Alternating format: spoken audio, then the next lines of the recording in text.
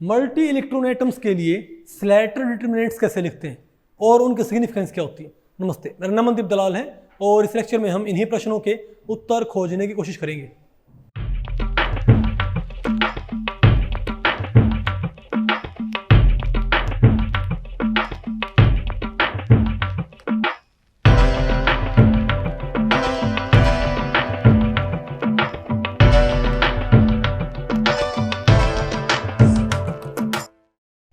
Okay, तो भाई आज हमें क्या पढ़ना है बताओ। आज हमको पढ़ना है wave functions of many electron atoms, ठीक है, यानी कि स्लैटर डिटरमिनेंट्स। और अब भाई इस लेक्चर को हमने टोटल 3 सेक्शंस में डिवाइड किया है। पहला क्या होगा आपका concept of Slater determinant and application to helium atom. दूसरा क्या होगा आपका भाई सिग्निफिकेंस ऑफ स्लैटर डिटरमिनेंट। और तीसरा क्या होगा आपका भाई Slater determinant for an electron systems, ठीक है। तो अभी देखिए भाई, देखो इससे पहले के जो लेक्चर्स थे हमने भाई वहाँ पर देखो इससे जो पहला भाई जो लेक्चर था हमारा, सॉरी इससे पहला चैप्टर, उसमें मैंने क्या पढ़ लिया था कि वन इलेक्ट्रॉन सिस्टम के वेव फंक्शंस क्या होते हैं, इजंट इट। भाई वन इलेक्ट्रॉन सिस्टम में आपको पता है ना, उसके अरे जो आपके ऑर्बिटल्स होते थे वो क्या होते थे आपके सिंगल इलेक्ट्रॉन वेव फंक्शंस। तो भाई एक इलेक्ट्रॉन के लिए वेव फंक्शन लिखना कोई बड़ी बात नहीं है, आपको सारे के सारे वेव फंक्शन पता है। तो जिस ऑर्बिटल में इलेक्ट्रॉन है पूरे सिस्टम का वही क्या होता है वेव फंक्शन। अगर इलेक्ट्रॉन कहाँ पर है 1s में, तो 1s ही क्या है पूरे सिस्टम का वेव फंक्शन। अगर इलेक्ट्रॉन कहाँ पर है 3dz² में, तो पूरे सिस्टम का वेव फंक्शन भी क्या है 3dz² वाला एक्सप्रेशन। बात आपको पहले पड़ गई भाई। तो इससे पहले चैप्टर में मैंने क्या पढ़े थे भाई बताओ, सिंगल इलेक्ट्रॉन वेव फंक्शंस। अब आपको भाई इससे और इससे पहले लेक्चर में आपने क्या पढ़ा था कि हीलियम एटम के लिए आपने भाई कैसे क्या तैयार किया था, मल्टी इलेक्ट्रॉन सिस्टम था ना भाई। सबसे पहला मल्टी इलेक्ट्रॉन सिस्टम कौन सा था आपका हीलियम एटम। और उसके लिए आपने वेव फंक्शन लिखना सीखा था कि नहीं आया आपको, ठीक है। लेकिन मैं आपसे पूछूं भाई नाइट्रोजन है या हीलियम है, सॉरी नाइट्रोजन है या भाई कार्बन है या आपका मैग्नीशियम है या मैग्नीज या सोडियम है, इसके लिए आप क्या लिखो वेव फंक्शन। तो भाई काफ़ी क्या हो जाएगा हमारे लिए कॉम्प्लेक्स, ठीक है।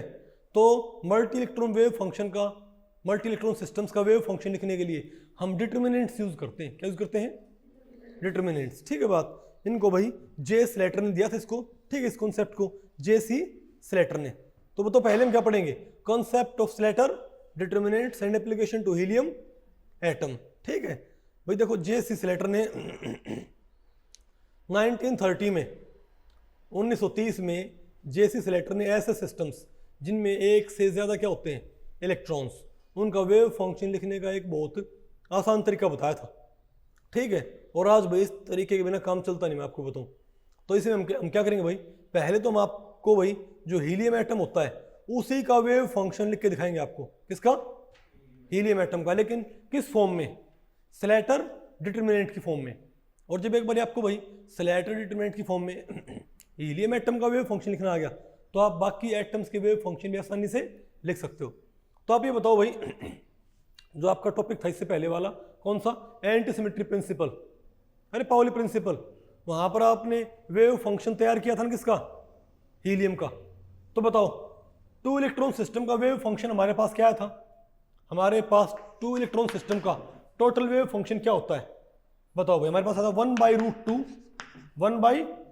1/√2 और ब्रैकेट में क्या था 5 1 5 2 और फिर क्या था भाई प्लस 5 1 5 2, सॉरी 5 1 1 5 2, अरे भाई क्या था 5 1 1 एंड 5 2 2 प्लस वो तो क्या था हमारे पास 5 2 1 और 5 1, सॉरी अरे 5 1 2 एंड 5 2 1, ये था ना।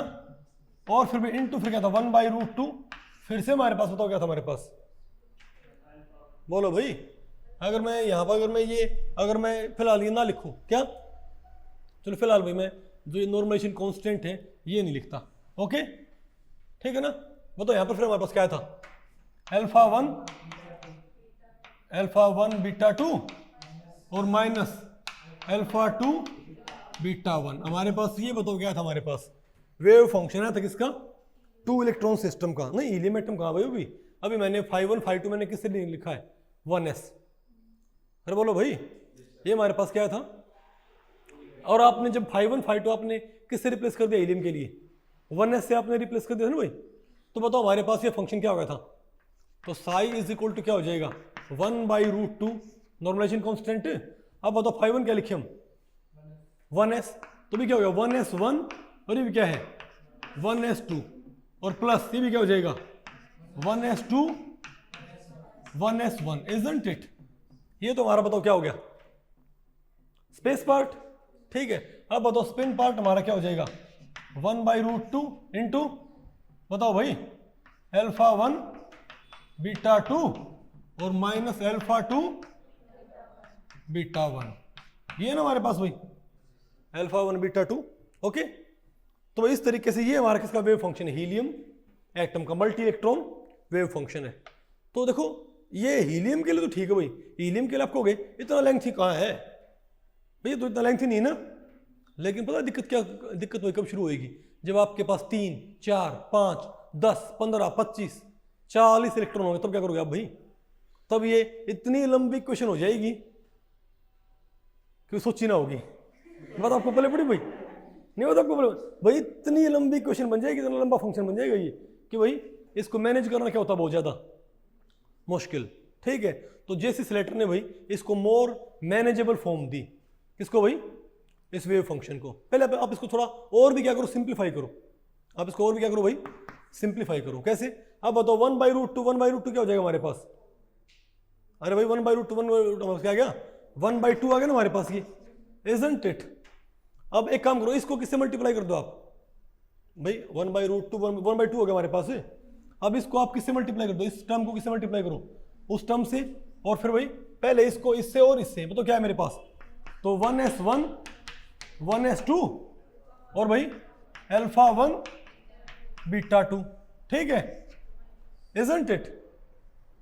अरे भाई नहीं बता आपको पहले पड़ी क्या, और बताओ क्या हमारे पास अब क्या है, और अरे भाई इसकी मैंने इससे मल्टीप्लाई कर दी। अब तो माइनस क्या आ गया हमारे पास 1s1 1s2 और भाई माइनस α2 β1 आ गया ना। अब इसकी किससे मल्टीप्लाई करो, इससे। अब बताओ क्या जाएगा मेरे पास 1s2 1s1 प्लस का 1s2 1s1 और भाई α1 β2 इजंट इट। और बताओ फिर और क्या आएगा माइनस 1s2 1s1 और α2 β1 इजंट इट। बोलो भाई हमारे पास ये आ गया ना। अब आप ये देखो तो हमारे पास कितनी टर्म्स आ गई, 4 टर्म्स भाई, 2 टर्म इसमें थी 2 टर्म उसमें थी, मैंने मल्टीप्लाई कर दिया, मेरे पास कितनी टर्म्स आ गई भाई 4 टर्म्स। अब एक काम करो 1s1 1s2 α1 β2 और ये भी क्या है, इसको ऐसे ऐसे इसको बोलो भाई 1s1 1s2 α1 β2, क्या ये टर्म और ये टर्म भाई इसमें पहले बाद में लिखा हुआ है, टर्म्स तो क्या बिल्कुल ये सेम है। अरे भाई 1s1 1s2 α1 β2 1s1 1s2 α1 कि ये टर्म और ये टर्म क्या बिल्कुल सेम है ना, और ये टर्म और ये टर्म भी क्या बिल्कुल आपस में सेम है, इजंट इट। तो क्या मैं इस टर्म को भाई मैं 2 बार लिख दूं कि ये 2 है, बोलो भाई। अरे भाई मैं इसको मिटा दूं, किसको, इसको मिटा दूं, मैं क्यों मिटा दूं इसको भाई, क्योंकि ये टर्म और ये टर्म क्या बिल्कुल सेम है, तो इसके सामने मैं क्या लिख दूंगा 2।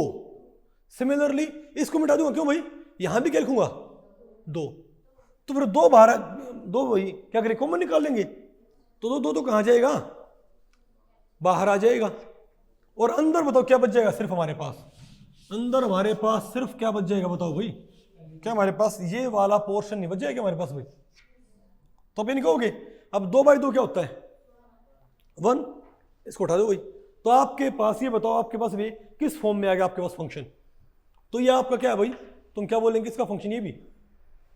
अरे भाई इसी फंक्शन की रीअरेंज्ड फॉर्म क्या है, ये नहीं है क्या। अब मैं कहता हूं इस फंक्शन को लिखा जा सकता है डिटरमिनेंट की फॉर्म में, कैसे भाई, पहले तो इस फंक्शन की ही रीअरेंज्ड फॉर्म क्या है, ये वाली फॉर्म होगी ना। अब मैं इसको लिखूंगा, मैं कहूँगा भाई मैं तो इस फंक्शन को ऐसे लिखूंगा भाई, मैं तो इस फंक्शन को भाई कैसे लिखेंगे, मैं कहूँगा psi is equal to determinant लिखो, क्या लिखो भाई, डिटर्मिनेंट। इलेक्ट्रॉन कितने हैं, 2 इलेक्ट्रॉन कितने भाई, तो आप ये बोलो पहला इलेक्ट्रॉन मान लिया कहां पर है, 1s में, पहला इलेक्ट्रॉन कहां पर भाई 1s में, और तो कैसे है अप स्पिन यानी कि अल्फा, तुम क्या बोलेंगे 1s 1 यानी कि पहला इलेक्ट्रॉन 1s में है और कैसा है अल्फा 1। नहीं समझे बात भाई, अरे बोलो बोलो भाई, पहला इलेक्ट्रॉन तो कहां पर है, देखो यहां पर, इसका मतलब क्या है कि पहला इलेक्ट्रॉन तो कहां पर भाई 1s में है और कहां पर बताओ भाई अल्फा है। अब दूसरा इलेक्ट्रॉन भी क्या हो सकता है, मैं बोलूँ दूसरा इलेक्ट्रॉन भी कहां पर है 1s में है, दूसरा 1s में है और कैसा है अल्फा है, नहीं अल्फा, ओके। इसका मीनिंग ये होता है भाई, नहीं बात आपको पल्ले पड़ी, और यहां पर कर दो भी ये। अब ये तो बताओ किसके लिए हमारे पास, अरे भाई पहला इलेक्ट्रॉन 1s में अल्फा, देखो यहां पर 1 1 लिखा हुआ है, यहां पर 2 2, मतलब आपने पहले कॉलम में क्या भरना है, पहले कॉलम में आपने क्या भरना है कि भाई पहले ऑर्बिटल में दोनों इलेक्ट्रॉन कैसे कैसे हो सकते हैं, पहला इलेक्ट्रॉन 1s में अल्फा, पहला इलेक्ट्रॉन 1s में है अल्फा है, दूसरा इलेक्ट्रॉन 1s में है अल्फा है। अब बताओ भाई पहला इलेक्ट्रॉन कहां हो, 1s में कैसे हो, बीटा हो। अब बताओ पहला इलेक्ट्रॉन कहां पर हो, 1s में हो, यानी कि 1s1 बीटा 1 और क्या हो जाएगा 1s2 बीटा 2। मैं कहूं भाई ये फंक्शन यही है, एक काम करो इसको इससे मल्टीप्लाई करो, इसको इससे मल्टीप्लाई करके आप इसको इससे मल्टीप्लाई करियो, मैं कहूंगा यही इक्वेशन आएगी इसमें। अब इस अरे आप इस डिटरमिनेंट को एक्सपेंड करो तो क्या आएगा हमारे पास, this multiplied by this, isn't it. अरे इसकी मल्टीप्लाई किससे करो, इससे करो, और इसमें से ये मल्टीप्लाई घटाओ, बताओ क्या आएगा आपके पास, ये आगे पीछे हो सकते हैं ये 1s नहीं बताओ, अरे भाई क्या आएगा बताओ, इसकी इससे मल्टीप्लाई करो क्या आएगा हमारे पास 1s1 अल्फा 1 1s2 बीटा 2, यानी कि 1s1 1s2 अल्फा 1 बीटा 2, ये तो टर्म है हमारे पास, और दिस माइनस की नहीं आएगी हमारे पास ये। तो आप ये कहोगे कि भाई इस फंक्शन को तो फिर हम कैसे लिख सकते हैं, इस तरीके से, यानी कि भाई डिटरमिनेंटल फॉर्म में इसको लिखा जा सकता है, इजंट इट। फिर बोलो भाई, और आपको इसको भाई नॉर्मलाइज, इसको नॉर्मलाइज आप ऐसे कर सकते हो, जितने इलेक्ट्रॉन हो ना, जितने क्या हो भाई उतना ही क्या कर दियो फैक्टोरियल, बात खत्म, 1/√2 फैक्टोरियल। आसान है मुश्किल भाई है, तो ये आपने किसका फंक्शन लिख दिया बताओ भाई, बताओ। तो ये भी क्या है हीलियम का ही फंक्शन है, ये भी हीलियम का ही फंक्शन है, और ये भी क्या है भाई हीलियम एटम का ही फंक्शन है, total wave function helium atom का ही। लेकिन ये फंक्शन क्या है मैनेजेबल नहीं है, ये क्या है मोर मैनेजेबल। आप कहोगे भाई एक से लग रही है हमको, अगर मैं ये कहूं कि आप लिखो भाई क्या बोलते हैं नाइट्रोजन का वेव फंक्शन लिखो, तो यहां पर आपको क्या होगा बहुत पंगा पड़ेगा ना भाई। लेकिन आप इस तरीके से बहुत ही इजीली बताओ क्या कर सकते हो भाई, बताओ इस तरीके से आप बहुत इजीली बताओ क्या कर सकते हो, इसका फंक्शन लिख सकते हो। बेटा इसको भाई नहीं समझे बात, तो इस तरीके से आप क्या कर सकते हो भाई, पहले तो आपको कॉन्सेप्ट ऑफ स्लैटर डिटरमिनेंट आपको पहले पड़ गया कि कैसे लिखते हैं भाई, आसान है कि मुश्किल, ये ठीक है ओके। अब आप ये देखें, ठीक है हमारे पास, अच्छा इसको भाई इसको फिर ऐसे भी लिख देते हैं, कैसे, अरे भाई यहां पर तो क्या है ये, मतलब आप सिंपल क्या बोलो 1s1 क्या लिखो भाई, इसको एक ऐसे भी लिख देते हैं 1s1, और ये क्या है 1s2, और भी इसको शॉर्ट फॉर्म में कर सकते हो आप।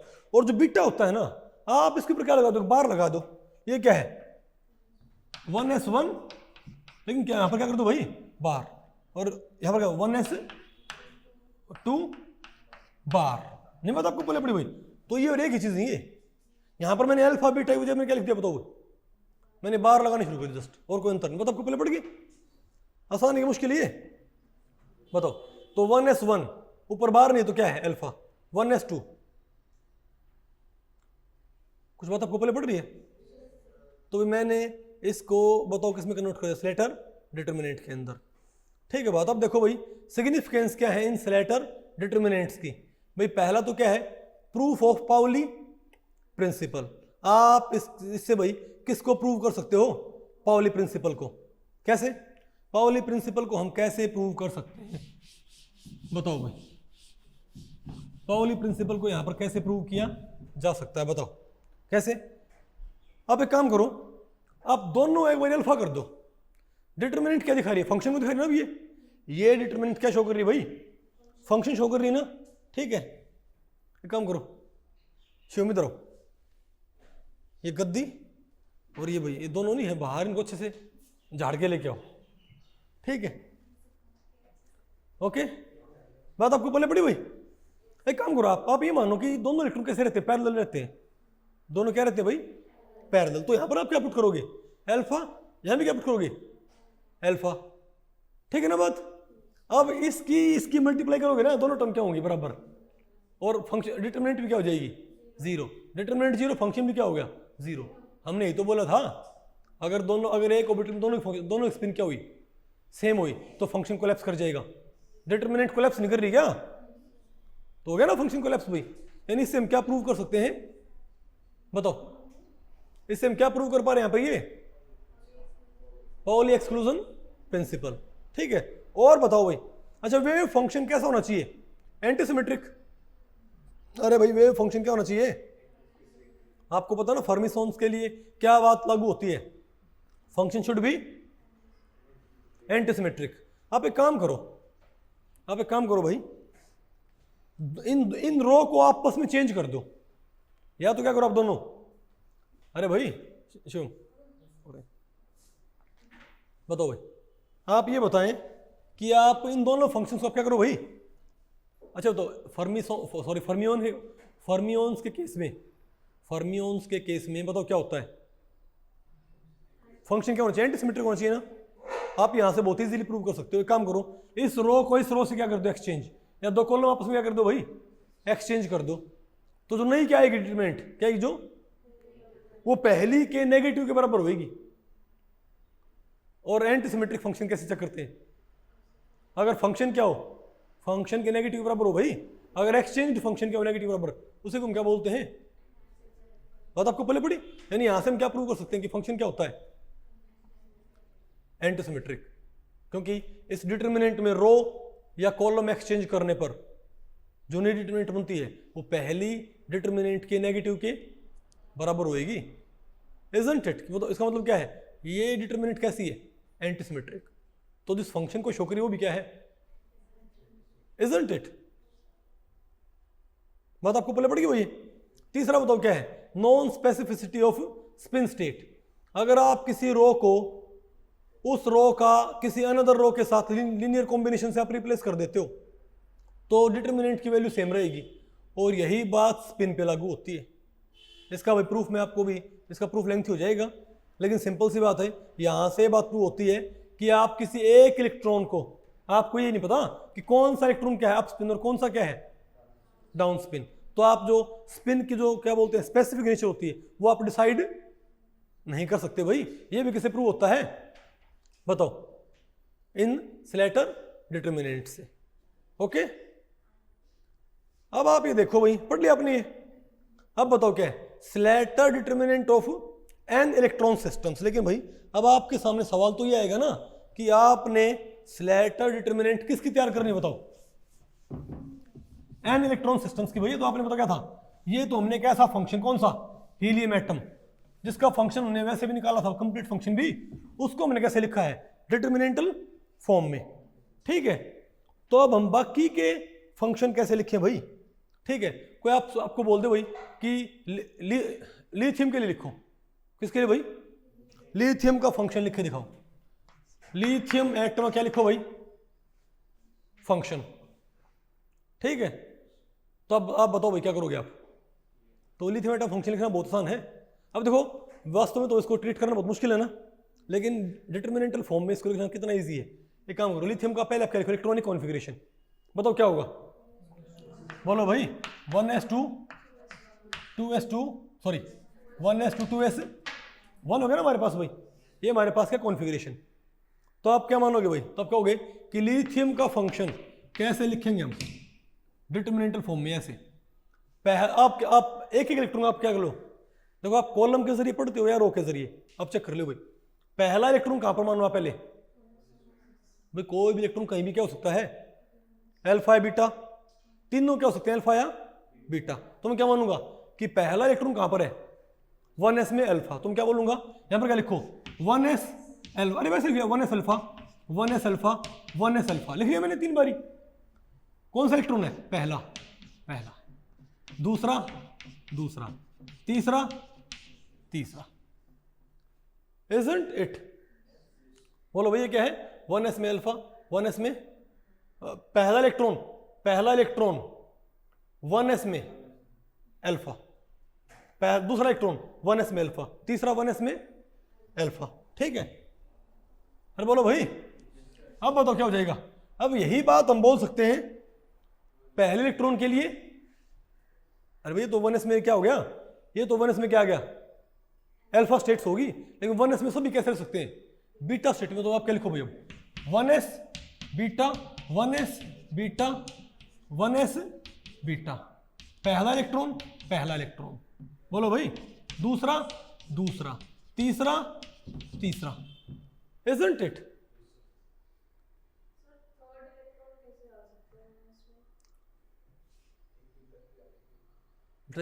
आता है, मैंने भी क्या बताया था, आपको क्या पता कौन सा इलेक्ट्रॉन कहां है, बात आपको पहले पढ़ रही है, नहीं समझे बात, इसलिए तो ये डिटरमिनेंट क्यों लिख रहे हैं, ताकि आपको भाई ये इतने लेंथी फंक्शन ट्रीट ना करने पड़े। कोई भी इलेक्ट्रॉन कहीं भी जा सकता है भाई, बात आपको पहले पढ़ी तो क्या हुआ, तो 1s, नहीं समझे बात। अब बताओ सेम बात हम बताओ भाई किसके लिए बोलेंगे। अब एक बताओ कहां पर है, 2s में है ना, वो तो क्या लिखो इसको भाई, तुम क्या बोलेंगे 2s, बोलो भाई अब ये इसमें एक ही ना, तो अल्फा, बताओ क्या होगा हमारे पास 2s, अरे भाई 2s alpha and 2s alpha, पहला इलेक्ट्रॉन, दूसरा, तीसरा, बात खत्म भाई। वो तो मेरे पास क्या आ गई, नहीं बात आपको पहले पढ़ रही क्या, तो आप ऐसे इजीली बताओ क्या लिख सकते हो, इसका वेव फंक्शन, नहीं समझे मेरी बात भाई, ध्यान से बताओ क्या है। तो अरे भाई बहुत आसान है, जो कॉन्फ़िगरेशन से क्या लिखो, कैसे लिखो बताओ भाई, और इसका भाई, और इनमें पता है इसमें जो क्या आएगा, नॉर्मलाइजेशन कांस्टेंट, जितने इलेक्ट्रॉन्स हो ना, जितने क्या हो भाई इलेक्ट्रॉन्स, याद रखियो जितने इलेक्ट्रॉन्स होंगे उतने बाई उतने की क्या बनेगी, स्लैटर डिटरमिनेंट। यहाँ पर 3 थे तो 3 बाई 3 क्या बनेगी, स्लैटर डिटरमिनेंट। और यहाँ पर क्या बोलो 1/√3, हमारे पास क्या बताओगी, this is the Slater determinant for, ये किसका वेव फंक्शन वास्तव में। अब अगर आपने लिथियम का पूरा फंक्शन तैयार करना हो बाकायदा, तो आप क्या करो, सिंपली आप इस डिटरमिनेंट को सिंपली क्या कर लो भाई, एक्सपेंड कर लो, आपके पास क्या जाएगा, नहीं बेटा आपको, अरे भाई आपके पास क्या जाएगा, इसका complete wave function full form के अंदर। यहां पर मैंने कैसे लिखा इसको, डिटरमिनेंटल फॉर्म के अंदर, नहीं आएगा आपको। अच्छा कोई आपको ये बोल दे कि ना आप फंक्शन लिखो नाइट्रोजन, किसका भाई, अब ये लेंथ हो जाएगा, लेकिन मैं आपको बताऊं, अगर आपको कोई ये बोल दे कि नाइट्रोजन का फंक्शन लिखना है, तो बताओ आप क्या करोगे भाई, बताओ। नाइट्रोजन कॉन्फ़िगरेशन आप कहोगे किस कॉन्फ़िगरेशन के लिए है, क्योंकि याद रखो अलग अलग कॉन्फ़िगरेशन की एनर्जी क्या होती है, अलग अलग होती है ना, तो उनके फंक्शन भी क्या होंगे, अलग अलग। फॉर एग्जांपल अगर मैं ये बोलूं कि आपको भी लिखना है नाइट्रोजन का फंक्शन, तो क्या होगा, और कौन से, और मैं कहता हूं भाई ग्राउंड स्टेट कॉन्फ़िगरेशन के लिए, ठीक है, बताओ कौन सा, तो मैं कहूँगा 1s2 2s2 2px1 2py1 and 2pz1, ठीक है बात। बताओ पहले यहां पर इलेक्ट्रॉन्स कितने हैं, 7 इलेक्ट्रॉन है, तो बताओ इसकी भाई आप स्लैटर डिटरमिनेंट कैसे लिखोगे नाइट्रोजन एटम के लिए, इसका इस कॉन्फ़िगरेशन को आप, इसका आप कंप्लीट वेव फंक्शन लिख के दिखाओ। हाउ वो बहुत सिंपल है, क्या बोलेंगे 1/7 फैक्टोरियल, फिर क्या होगा बताओ भाई, पहले 1s में सभी को लेके आओ, अब क्या बोलोगे 1s 7 बार लिखो, क्या लिखो भाई, क्या लिखो, और अल्फा करने में, अरे भाई 1s 1 2 3 4 5 6 7, समझ गए बात भाई, बताओ क्या है हमारे पास, और alpha alpha alpha alpha alpha alpha alpha. पहला इलेक्ट्रॉन 1s में, पहला इलेक्ट्रॉन कहाँ है, अरे पहला इलेक्ट्रॉन कहाँ भर दो, 1s में। बात आपको पहले पड़ गई, फिर क्या करो बताओ भाई, फिर दोबारा से 1s क्यों भाई, 1s का भी क्या रह गया है, बीटा। कोई भी इलेक्ट्रॉन 1s में हो सकता है बीटा स्टेट में। अब तो क्या बोलोगे फिर से, 1s क्या है, 1 2,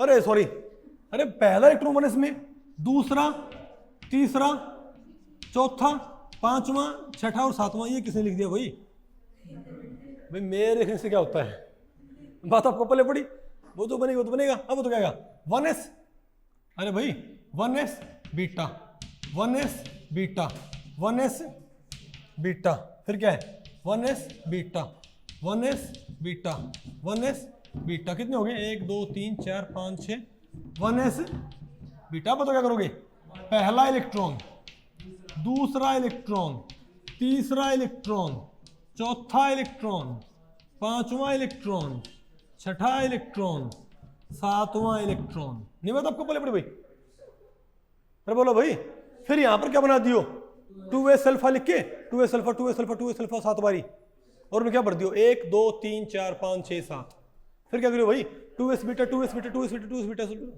बोलो भाई 1 2 3 4 5 6 7, समझ गया। फिर क्या हो भाई बताओ, 2px, फिर क्या लिखोगे 2px अल्फा, 2px अल्फा 1 2 3 4 5 7, फिर 2py अल्फा, फिर 2pz अल्फा। बात आपको पहले पड़ी, तो हमारे पास तो क्या बन जाएगी स्लेटर, तो आपको भाई क्या कंप्लीट वेव फंक्शंस आपको लिखने आगे। अब समझे बात, इससे पहले अरे भाई इसको आप, अरे बोलो भाई, क्या अब आपको मालूम पड़ गया भाई कि किस तरीके से हम मल्टी इलेक्ट्रॉन एटम्स के वेव फंक्शन, और अगर मान लिया आपको कि नहीं हमको तो एक्साइटेड स्टेट चाहिए भाई, तो अगर आपने ये कहां भर दिया बताओ भाई, अरे आपने यहां भर दिया भाई, आपने क्या कर दिया 2px2 2py1 कर दिया, तब क्या दिक्कत है, तब भी भाई कोई तब क्या होगा, अरे जब तब क्या, तब 2px की हमारे पास 2 कॉलम आ जाएंगी, जहां पर 1x क्या मतलब क्या है, 2pz कॉलम हटा दियो। नहीं बात आपको पहले पड़ रही क्या, तो ऐसे इजीली बताओ हम क्या कर सकते हैं, मल्टी इलेक्ट्रॉन एटम्स के हम वेव फंक्शन तैयार कर सकते हैं, ठीक है। तो अब देखो कितना लेंथी प्रोसीजर होता है ये। अब अगर ये 7/7 की डिटरमिनेंट मुझे कैसे लिखनी पड़ जाए, एक्सपेंड करके, मेरे ख्याल से 5-7 वर्ड तो जरूर बढ़ जाएंगे, तो मैनेजेबल होएगी कि नहीं होएगी, सोनिया बेटा बताओ, क्या वो फॉर्म मैनेजेबल होएगी, नहीं, ये फॉर्म क्या है मैनेजेबल, ओके ठीक है ना बात, हाँ क्या बात है, ओके बात आपको पहले पड़ गई भाई। तो इस तरीके से हम आराम से क्या लिख सकते हो, इसके वेव फंक्शन, यहां पर तो मैंने किसका फंक्शन लिखा हुआ है, लिथियम को समझाने के लिए भाई एग्जांपल के तौर पे, ठीक है। तो ऐसे क्या लिखते हैं, Slater determinant for an electron systems.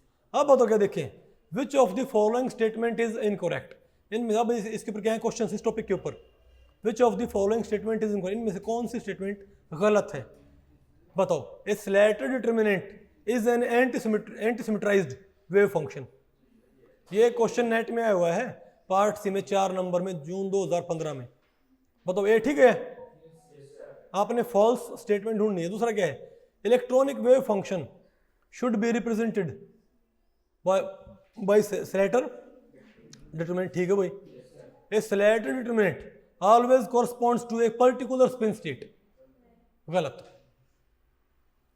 क्या भैया पता होगा ना आपको भाई, a Slater determinant obeys the Pauli exclusion principle, अरे भाई 3 तो प्रॉपर्टी थी, नहीं थी क्या हमारे पास, तो कौन सा आंसर इसमें गलत आ गया बताओ भाई, सी, क्योंकि आपको यहाँ पर भाई नॉन स्पेसिफिसिटी ऑफ क्या होती है स्पिन की, पता होगा ना आपको।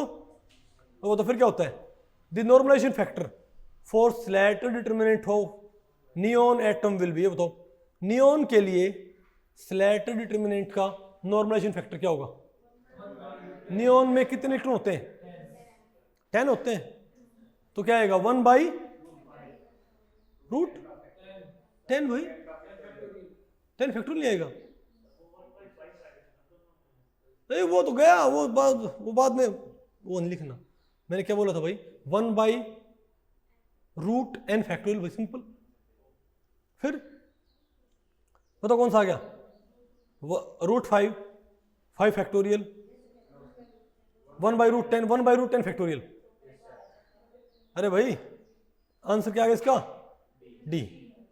बात आपको, अरे भाई ये टाइप ऑफ मिस्टेक बात आपको पहले पड़ गई, क्योंकि जो ये, अरे भाई ये बुक लिखते हुए, ये स्लाइड बनाते हुए भी जो ऑप्शंस का हमारा ये होता है ना, ऑप्शन का जो भाई एक टेबल सी होती है, वो इंसर्ट करते हैं बार बार, ताकि उसमें जो अरे ये लिखा भाई कौन सा क्वेश्चन कहाँ आया हुआ है, ठीक है। तो वहाँ पर ये एडिट नहीं किया मैंने, लेकिन आपको पता भाई साफ साफ इसका आंसर क्या है, 1 by root 10 factorial, isn't it.